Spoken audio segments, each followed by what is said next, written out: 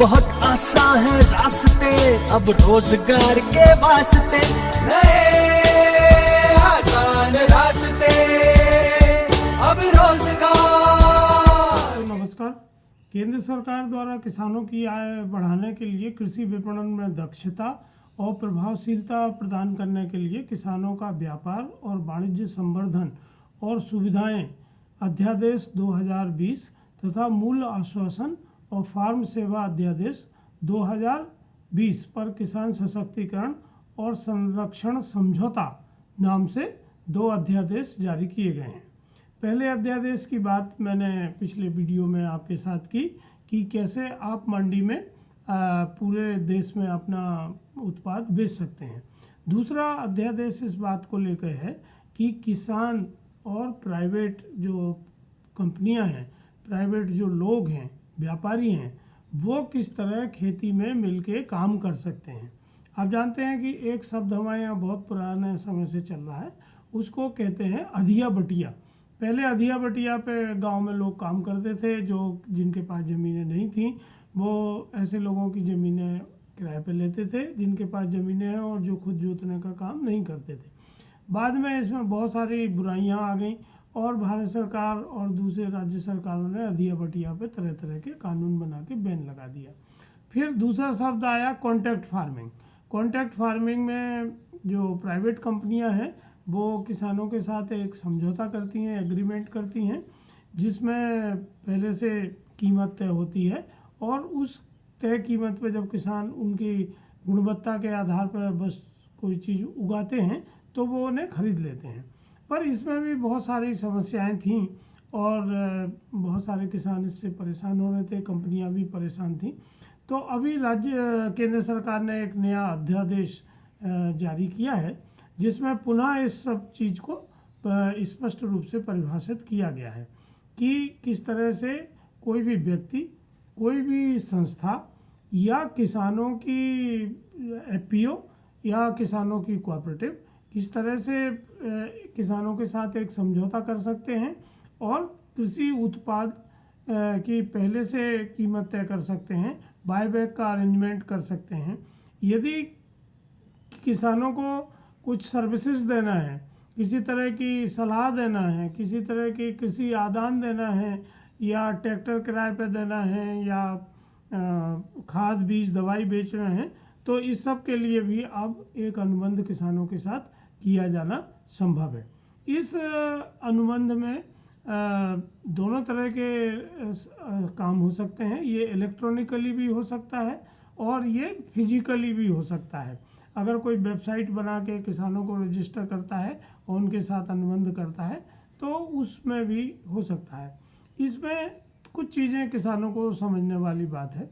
सबसे पहले ये कहा गया है कि जो खरीदार है वो तय करेगा कि कौन सी किस्म की फसल उगाई जाना है, कौन सी फसल उगाई जाना है, उसकी किस्म क्या होगी और उसकी गुणवत्ता के मापदंड क्या होंगे, जिसको हम कहते हैं FAQ, fair average quality norm क्या होंगे। मतलब A ग्रेड की फसल किसको कहेंगे, B ग्रेड की फसल किसको कहेंगे, C ग्रेड की और D ग्रेड की। सामान्यतः क्या होता है कि 100 ग्राम में कितने दाने आ रहे हैं, उनमें मॉइस्चर कितना है, उसमें कटा फटा दाना कितना है, उसमें कूड़ा कचरा कितना है या उसमें ख़राब दाने कितने हैं। इस तरह के पैरामीटर होते हैं और किसान भाई जानते हैं जब वो MSP में, मिनिमम सपोर्ट प्राइस में शासन को कोई भी फसल बेचते हैं तो वो FAQ के आधार पर ही बेचना होती है। तो इस अनुबंध में भी FAQ बहुत स्पष्ट रूप से डिफाइन होंगे, निर्धारित कर दिए जाएंगे, जिसमें किसानों को भी पता होगा और ख़रीदार को भी पता होगा कि किस तरह का मटेरियल उन्हें चाहिए। दूसरी चीज़ है मूल्य। मूल्य 2 तरीके की व्यवस्था इस अध्यादेश में बनाई है। एक की पूरा मूल्य वो पहले से बता सकते हैं कि हम इस मूल्य पे आपका उत्पादन आने पे खरीदेंगे। उस समय मंडी भाव कुछ भी रहें, ना उससे किसान को मतलब है ना उससे व्यापारी खरीदार को मतलब है। अगर इस तरह का एग्रीमेंट होता है तो मंडी भाव ज़्यादा हो या कम हो, उनको वही निर्धारित मूल्य मिलेगा। कई बार ये संभव नहीं होता है या कई किसानों को या खरीदारों को बहुत अच्छा फील नहीं होता है, कंफर्ट लेवल नहीं होता है कि वो पहले से पूरी मूल्य बता दें। तो उनको क्या करना होगा कि एक मूल्य अभी बताना होगा कि मिनिमम कम से कम हम इस कीमत पर खरीद लेंगे, न्यूनतम मूल्य ये होगा। दूसरे, वो एक बेस मंडी तय कर सकते हैं, जो भी किसान और खरीदार चाहे वो आपस में तय करके कोई भी देश की एक बेस मंडी तय कर सकते हैं कि अगर उस मंडी में बिक्री के दिन जो कीमत होगी वो किसान को कीमत मिलेगी, या उनकी गुणवत्ता के आधार पर उनको इतना उसमें बोनस मिलेगा या डिविडेंड मिलेगा या किस तरह से उनको उसका लाभ मिलेगा। तो एक न्यूनतम मूल्य होगा और उस मूल्य के ऊपर क्या मिलने वाला है वो उस अनुबंध में लिखा जाएगा। अब यहाँ समस्या क्या है, ये बहुत अच्छी व्यवस्था है कि इसमें कृषि आदान की सेवाओं के लिए, एक्सटेंशन के लिए और उत्पादन के लिए बहुत अच्छी व्यवस्था हो सकती है। क्योंकि देखिए, अभी जो बाज़ार में कमोडिटी का आखिरी काम करते हैं वो होते हैं होलसेलर, प्रोसेसर और एक्सपोर्टर। उनको बाज़ार की व्यवस्था पता होती है। देखिए, आज जो भी खेती हम कर रहे हैं वो आप अब स्थानीय रूप से नहीं कर रहे हैं, इसका पूरा विश्व के परिदृश्य के आधार पर प्रभाव पड़ता है कीमतों का। जैसे हम कभी मानते थे कि अरे हम तो एक छोटे से गांव में रह रहे हैं, हमें दुनिया से क्या लेना देना। अब आपने देखा जब कोरोना वायरस कहीं से आ गया तो उसका असर आप पे हो गया, उसका आपकी रोजी रोटी पे, व्यापार पे असर हो गया। तो जो हिंदुस्तान की कल्पना थी वसुधैव कुटुंबकम की, पूरी दुनिया एक कुटुंब है, वास्तव में वो अब साकार आपके सामने है। तो आप जो भी खेती कर रहे हैं वो ज़रूरी नहीं है कि उसकी कीमत जो मंडी में आपको मिल रही है वो आपके स्थानीय बाज़ार के आधार पर मिले। उसकी कीमत हो सकता है शिकागो में तय की जा रही हो, या हो सकता है कि उसकी कीमत स्विट्ज़रलैंड में तय की जा रही हो, या ब्राज़ील, कनाडा या ऑस्ट्रेलिया में, या मलेशिया, इंडोनेशिया में कितनी फसल होने वाली है, ये सब देख के कीमतें तय होती हैं।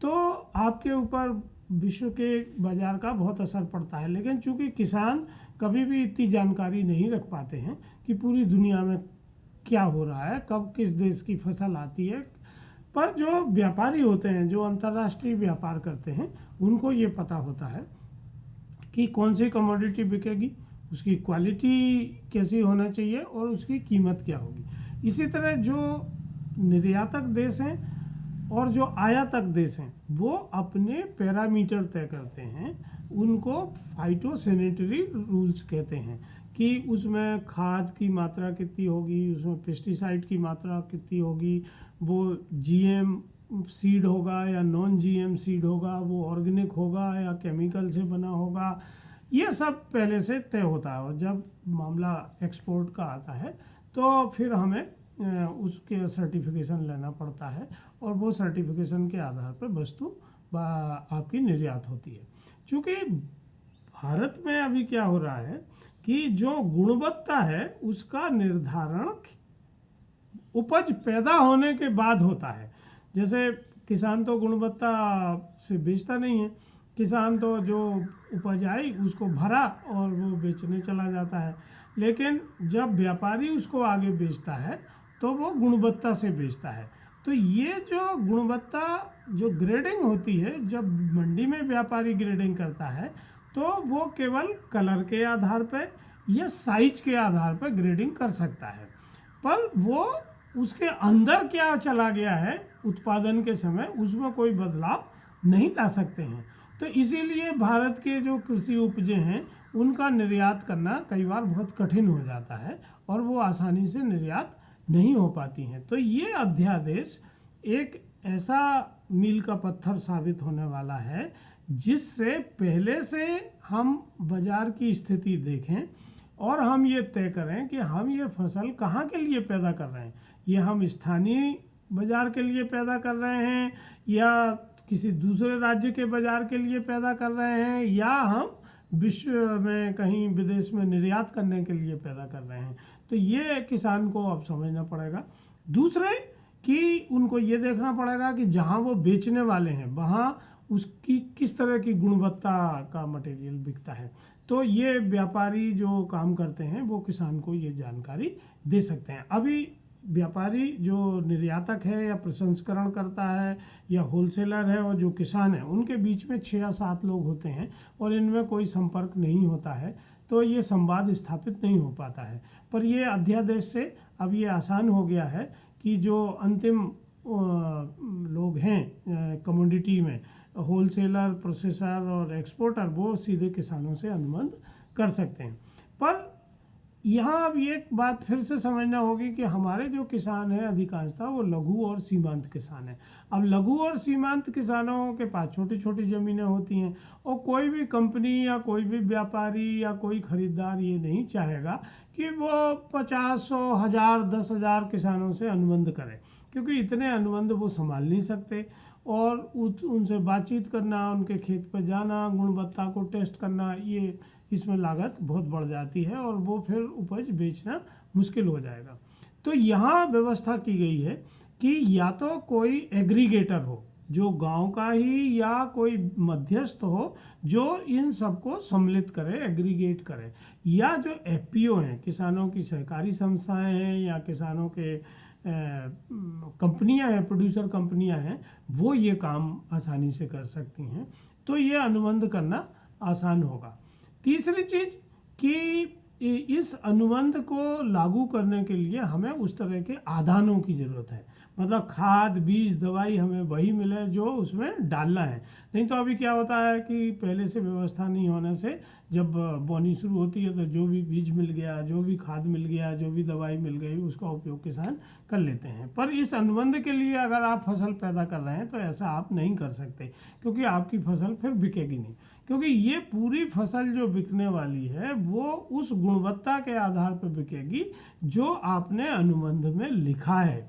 तो अनुबंध को करते समय किसानों को और खरीदारों को, दोनों को ही बहुत सजग रहने की ज़रूरत है और उस अनुबंध को ऐसा डिज़ाइन किया जाना चाहिए कि दोनों के लिए वो लाभदायी हो। अगर दोनों के लिए लाभदायी नहीं होगा तो कोई भी पक्ष उसको नहीं मानेगा।